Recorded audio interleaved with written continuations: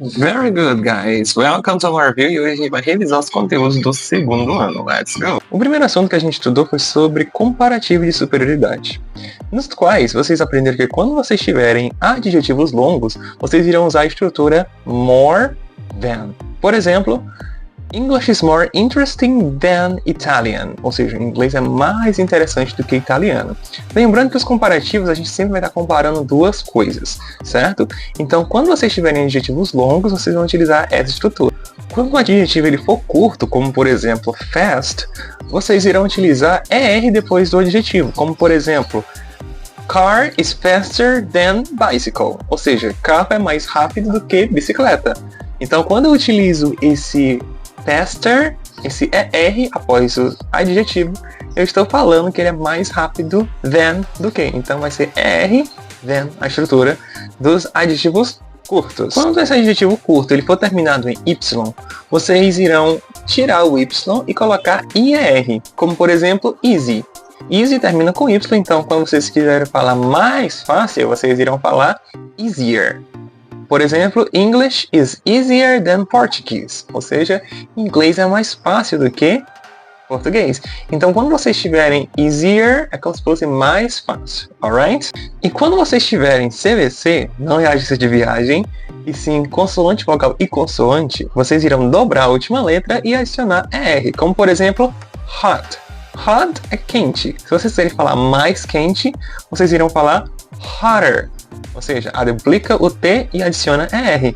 Por exemplo, se vocês querem falar que o Ceará ele é mais quente do que o Canadá, Ceará is hotter than Canada.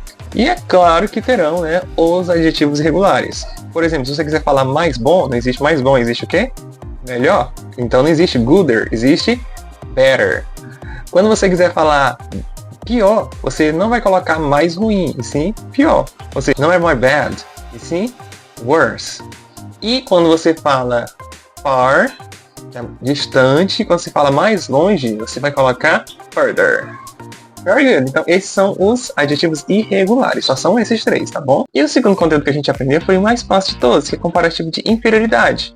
Quando você estiver falando inferioridade, vai ser sempre less than, independentemente de serem adjetivos longos ou curtos.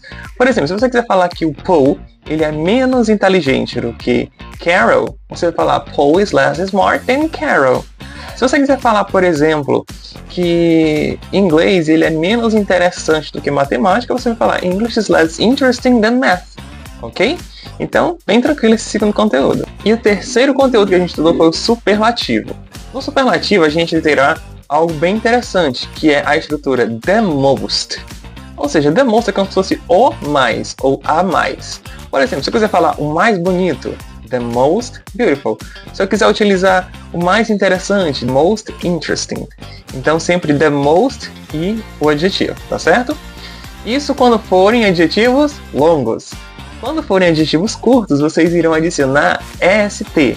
Por exemplo, fast. Fast, rápido.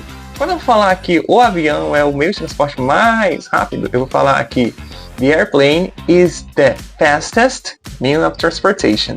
Então, quando eu falo que é o fastest, é como se fosse o mais rápido. Quando for adjetivos curtos, vocês irão adicionar EST. Alright? E da mesma forma, lá do comparativo de superioridade, tem aquelas exceções quando a palavra terminar em Y e quando terminar em CVC. E da mesma forma, quando terminar em Y, por exemplo, happy, você vai tirar o Y e vai colocar IEST. Se, por exemplo, for CVC, como por exemplo big, você vai duplicar o G e vai adicionar EST, biggest, alright? Apenas isso que vocês irão fazer. Muito bem, e quando a gente estudou esse conteúdo, a gente também estudou a estrutura the best ever, que é como se fosse o melhor de todos. Por exemplo, se eu for falar que Pelé foi o melhor jogador de todos, eu vou falar Pelé was the best player ever. Então, na quarta aula, a gente aprendeu how many, how much. A gente aprendeu que os dois significam quantos ou quantas.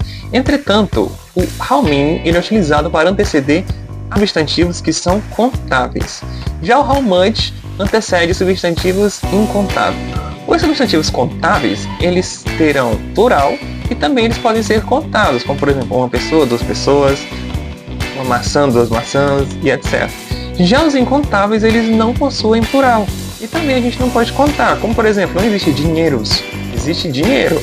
E a gente não pode contar um dinheiro, dois dinheiros, porque normalmente a gente utiliza uma unidade de medida para contar, que no caso pode ser real, pode ser dólar.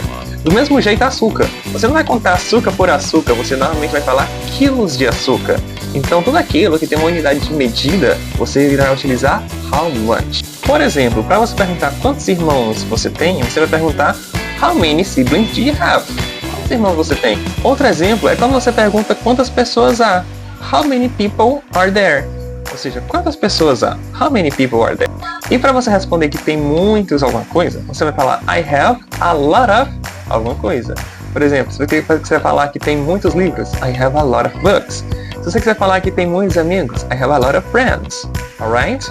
Mas, além de a lot of, também você pode utilizar many e much. Como assim? Se você quer falar que tem muitas pessoas aqui, você pode falar there are many people here. Se você quiser falar que tem muito açúcar aqui, você vai falar there is much sugar right here. Okay? Então, many você utiliza para substantivos contáveis e much quando forem substantivos incontáveis. E nessa mesma aula a gente também aprendeu there is e there are. There is e there are significa há ou tem no sentido de haver. Por exemplo, se eu falar there is one person, significa há uma pessoa.